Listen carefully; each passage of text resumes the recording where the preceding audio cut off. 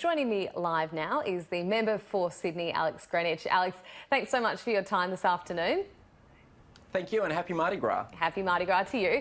Alex, you played a huge part in the campaign for same-sex marriage. And that was now over 2 years ago. I can't believe it's gone that quickly. How do you think that has changed the Mardi Gras event?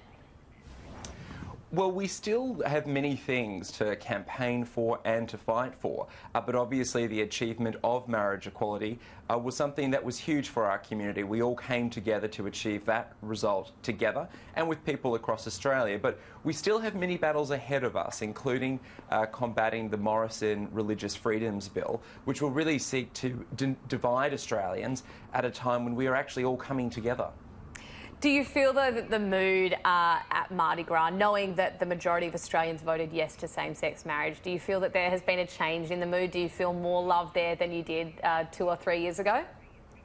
Well, absolutely. You know, we also don't have marriage equality floats anymore in the parade, so we're able to focus on a number of other important issues to raise during the parade.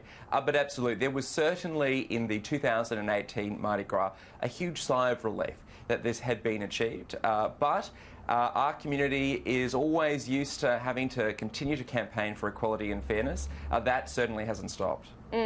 Those years ago when it was being debated, it felt like there was no one in the country speaking about anything else but the same-sex marriage debate. A few years on, and I feel like it's barely being discussed at all now. It kind of happened happened so quickly, or not quickly, but when it changed so quickly, and obviously people are allowed to get married. But on a more day-to-day basis and level, how have lives been changed by same-sex marriage being approved? Well, it hasn't actually changed anything for Australia. What's happened is more loving and committed couples have been able to get married. There's been probably a bit of a boost for small businesses with an increase in people using wedding venues and purchasing wedding gifts as more people can get married. I really think what it has done is really affirmed our national values of fairness and equality by sending a really strong message that we're a country where you can marry the person you love, whether you're gay or straight. So I think what it has done is it's made Australia a more harmonious and fairer place. Now we'll do a quick change of pace, but remaining on the Mardi Gras, this year there won't be as much glitter, Alex. Why is that? There will be some glitter. It'll be Enviro-glitter, which will be something that is fully recyclable and made of recycled goods. There's a cut down, obviously, on things that could cause any kind of pollution. So that would include plastic-based glitter. But there is Enviro-glitter that you will see throughout the parade. And what are your plans for tonight? What are you going to be getting up to? Well, tonight I will again be in the parade with the Lord Mayor of Sydney, Clover Moore, who yesterday announced she will recontest the mayoralship. So tonight will be a celebration of that announcement. Our float is called Representation Matters, focusing on the importance that inner city communities have MPs and mayors that represent their interests as best as possible. Awesome. Well, I reckon you've got a pretty good night ahead there, Alex. I do want to steer clear just for a moment of the Mardi Gras and something else that you've been working pretty hard on. It really is a change of pace. Talk to us about the work that you've been doing around trying to get pets allowed on public transport.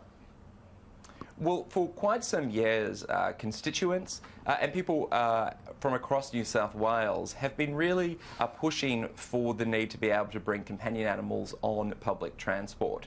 Now, this is not something where you can expect to have a bus or a light rail full of dogs and cats. This is basically removing an impediment for when someone needs to use public transport to see a vet, where they have a sick or injured animal that they want to keep with them, when a workplace has a bring your pet to work day, to allow people to get around the city, get to appointments with companion animals.